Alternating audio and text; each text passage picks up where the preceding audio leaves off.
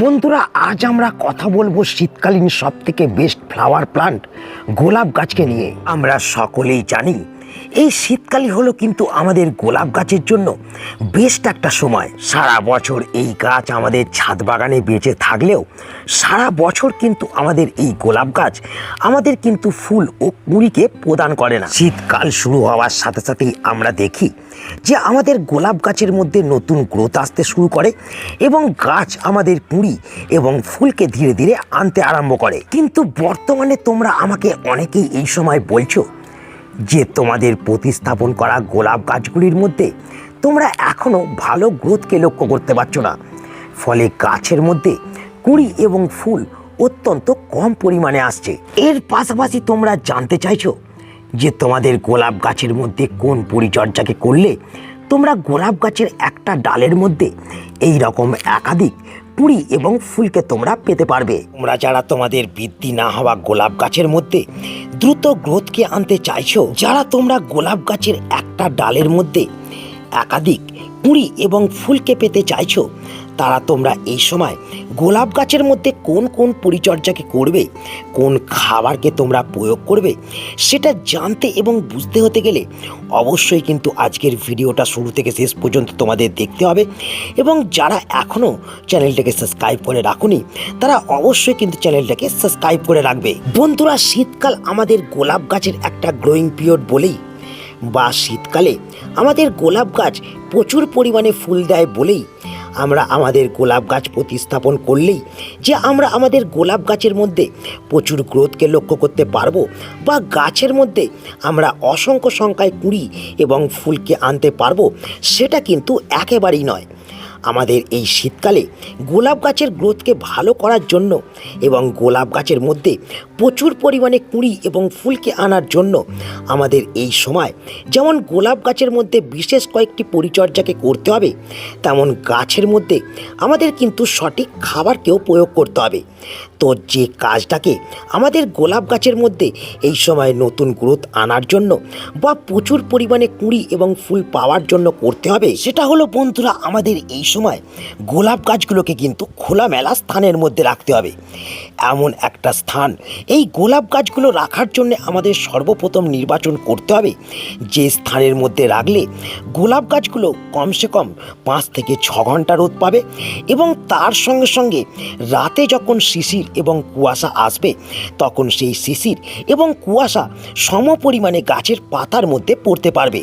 আর এই রকম স্থানের মধ্যে যদি আমরা শুরুতেই আমাদের গোলাপ গাছকে রাখি, তাহলে কিন্তু আমাদের গোলাপ গাছের মধ্যে এই ধরনের নতুন গ্রোথ এবং কুঁড়িকে যেমন আমরা দ্রুত আনতে পারবো, তেমন কিন্তু এই শীতকাল জুড়ে আমাদের গোলাপ গাছের মধ্যে কিন্তু কখনোই ফুলের অভাব হবে না। তো এই প্রথম কাজটিকে করার পাশাপাশি যে 2 নম্বর কাজটাকে এই সময় দাঁড়িয়ে আমাদের গোলাপ গাছের মধ্যে করতে হবে, সেটা হলো বন্ধুরা, এই সময় যেহেতু আমাদের গোলাপ গাছ প্রতিস্থাপন করার সঠিক একটা সময়, তাই আমাদের গোলাপ গাছ প্রতিস্থাপন করার সময় এখন কিন্তু মাটিটাকে সঠিকভাবে তৈরি করতে হবে। মানে আমরা গোলাপ গাছের যখন মাটি তৈরি করব, মাটির মধ্যে কিন্তু পর্যাপ্ত পরিমাণে ভার্মি কম্পোস্টকে অবশ্যই মেশাবো। তোমরা দেখতে পাচ্ছ আমার এই গোলাপ গাছের মাটিটা কিন্তু হালকা ঝুরঝুরে আছে, কারণ আমি এই মাটির মধ্যে পর্যাপ্ত পরিমাণে কিন্তু কম্পোস্টকে মিশিয়েছি এবং তার ফলে যেটা হয়েছে, গাছের মাটি যেমন ওয়েল ড্রেনেজ তৈরি হয়েছে, তেমন কিন্তু আমাদের গাছের মাটির মধ্যে একটা ঝুরঝুরে ভাবকে তোমরা কিন্তু লক্ষ্য করতে পারছো। আর এই ধরনের মাটির মধ্যে যদি গোলাপ গাছকে আমরা প্রতিস্থাপন করি, তাহলে গোলাপ গাছের শিকড় কিন্তু মাটির মধ্যে দ্রুত চলাচল করবে এবং শিকড় মাটি থেকে তার প্রয়োজনীয় খাদ্য চাহিদাকে সহজেই কিন্তু মেটাতে পারবে।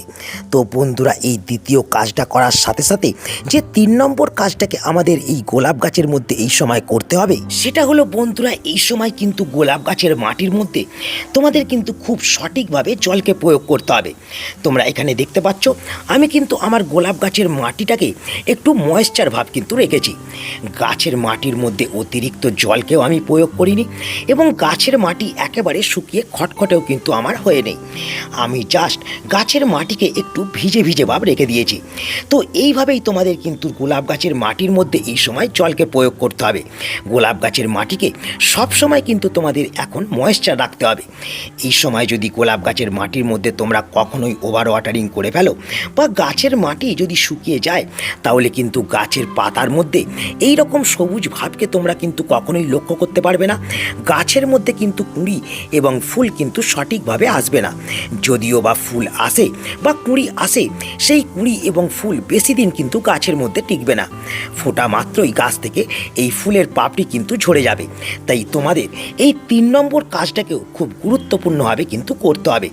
যখন গোলাপ গাছের মাটি দেখবে ময়েশ্চার থেকে হালকা শুকিয়ে এসছে, তখন গোলাপ গাছের মাটির মধ্যে ভরে কিন্তু জলকে প্রয়োগ করে দেবে।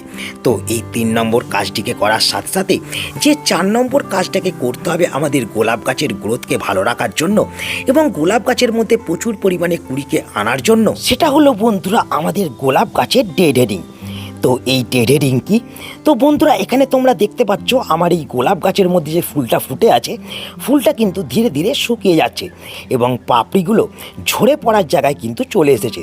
তো এক্ষেত্রে আমরা অনেকে যেটা করি, আমরা কিন্তু গোলাপ গাছের ফুল যখন শুকিয়ে যায়, সেই ফুলটাকে আমরা গাছের মধ্যে কিন্তু রেখে দিই এবং পাপড়ি ঝরে যাওয়ার পর গোলাপ গাছের এই কিন্তু বৃন্তটা আমাদের গাছের মধ্যেই কিন্তু রয়ে যায়।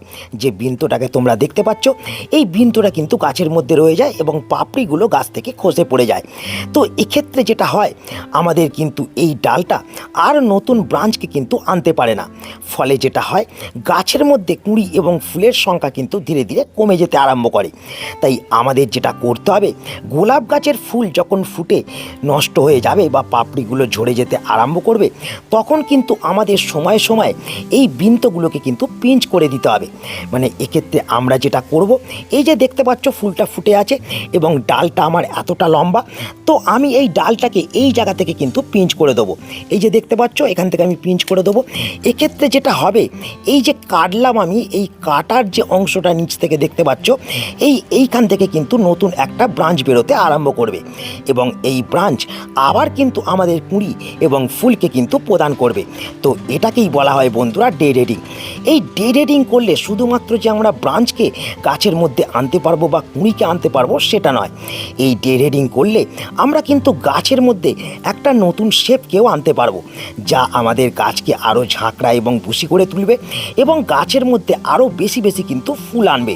তো বন্ধুরা, এই 4 নম্বর কাজটিকে করার সাথে সাথে এরপর যে 5 নম্বর কাজটাকে আমাদের গোলাপ গাছের মধ্যে করতে হবে, সেটা হলো এখন থেকে আমাদের গোলাপ গাছের মধ্যে সময় সময় কিন্তু কীটনাশককে ব্যবহার করতে হবে। কারণ বন্ধুরা, আমরা সকলেই জানি এই সময় কিন্তু আমাদের গোলাপ গাছের মধ্যে নতুন ডালপালা আসার সময় এবং সেই ডালপালা থেকে প্রচুর পরিমাণে কুঁড়ি এবং ফুল আসারও সময়।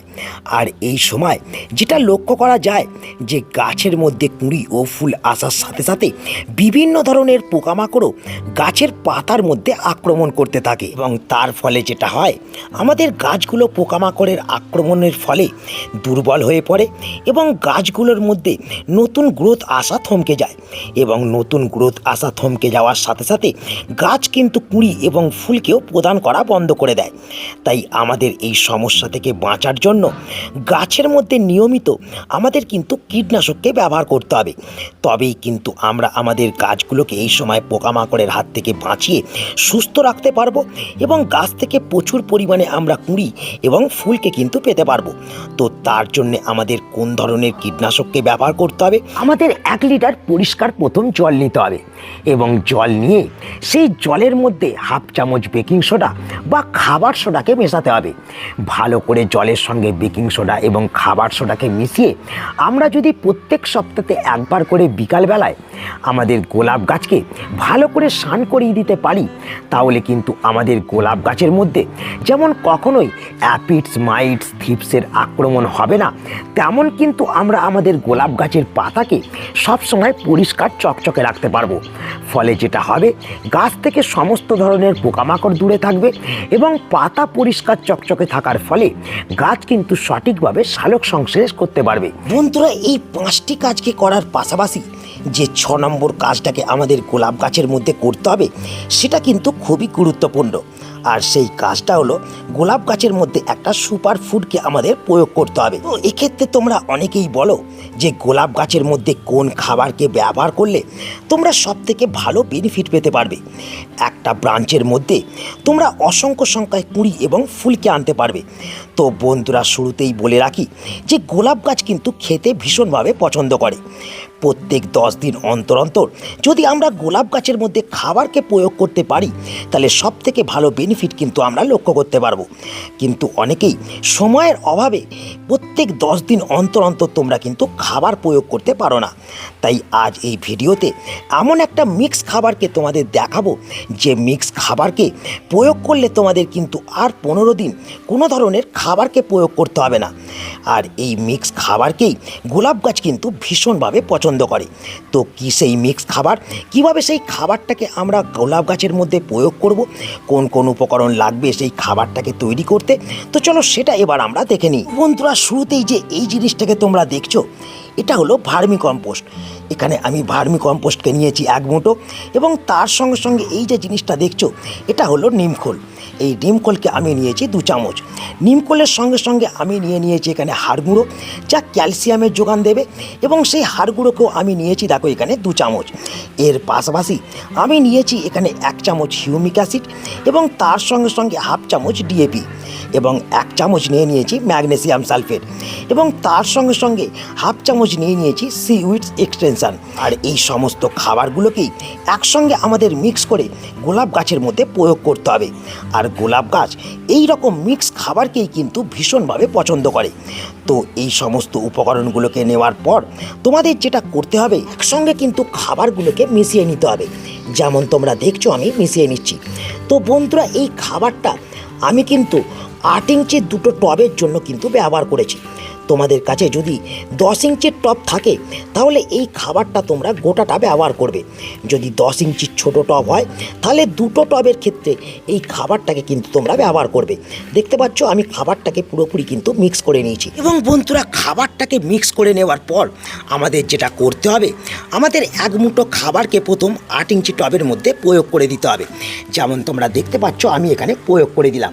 এবং বাকি যে খাবারটা তোমরা দেখতে পাচ্ছ এই খাবারটাকে আমি কিন্তু আরেকটা টবের মধ্যে প্রয়োগ করে দেবো। এবং খাবারকে প্রয়োগ করে দেওয়ার পর আমরা যখন জল প্রয়োগ করব, সেই জল প্রয়োগ করার বদলে আমাদের যেটা করতে হবে, আমাদের 1 লিটার প্রথম প্লেন জল নিতে হবে এবং জলের মধ্যে এই যে দেখতে পাচ্ছ ফিটকিরি, 1 টুকরো ফিটকিরির টুকরোকে কমসে কম 30 সেকেন্ড পর্যন্ত এইভাবে কিন্তু ভালো করে নাড়াতে হবে। এবং কিছুক্ষণ এই ফিটকিরিটা নাড়ানোর পর তোমরা দেখতে পাবে জলের রঙটা ধীরে ধীরে কিন্তু সাদা বর্ণের হয়ে যাচ্ছে। দেখতে পাচ্ছ আমি কিন্তু ফিটকিরিটা জলের মধ্যে নাড়ানোর ফলে জলটা কিন্তু সাদা বর্ণের হয়ে যাচ্ছে। এবং যখন তোমরা দেখবে 30 সেকেন্ড হওয়ার পর জলটা এই রকম সাদা বর্ণের হয়ে গেছে, তখন তোমরা এই জলটাকে বা এই ফিটকিরি মিশ্রিত জলটাকে খাবার প্রয়োগ করা গোলাপ গাছের টবের মধ্যে তোমরা কিন্তু প্রয়োজন অনুযায়ী ব্যবহার করে দেবে। এক্ষেত্রে যেটা হবে, আমাদের এই জলটা প্রয়োগ করার ফলে গাছের মাটি অ্যাসিডিক থাকবে, যা আমাদের গোলাপ গাছের জন্য সব থেকে প্রয়োজন। এবং তার সঙ্গে সঙ্গে এই খাবারগুলোকে গাছ কিন্তু সঠিকভাবে গ্রহণ করতে পারবে। এবং এই খাবারকে গ্রহণ করার ফলে গাছের মধ্যে তোমরা কিন্তু অসংখ্য সংখ্যায় কুঁড়ি এবং ফুলকে আনতে পারবে। তো বন্ধুরা, আশা করি তোমরা সকলেই বুঝতে পারলে যে এই সময় আমাদের গোলাপ গাছের নতুন গ্রোথকে আনার জন্য, গাছের মধ্যে অসংখ্য সংখ্যায় কুঁড়ি ও ফুলকে পাওয়ার জন্য কোন কোন কাজকে করতে হবে এবং কি খাবারকে আমাদের প্রয়োগ করতে হবে। তাই আজ এই ভিডিওটাকে এখানেই আমি শেষ করছি। আশা করি এই ভিডিওটা তোমাদের সকলের কাজে লেগেছে। যদি ভিডিওটা ভালো লাগে তাহলে অবশ্যই ভিডিওটাকে একটা লাইক করে দেবে, তোমাদের বন্ধুদের কাছে শেয়ার করে দেবে, এবং যারা এখনও চ্যানেলটাকে সাবস্ক্রাইব করে রাখুনি তারা অবশ্যই কিন্তু চ্যানেলটাকে সাবস্ক্রাইব করে রাখবে। তো দেখা হচ্ছে আবার একটা নতুন ভিডিওতে। সকলে ভালো থেকো। নমস্কার।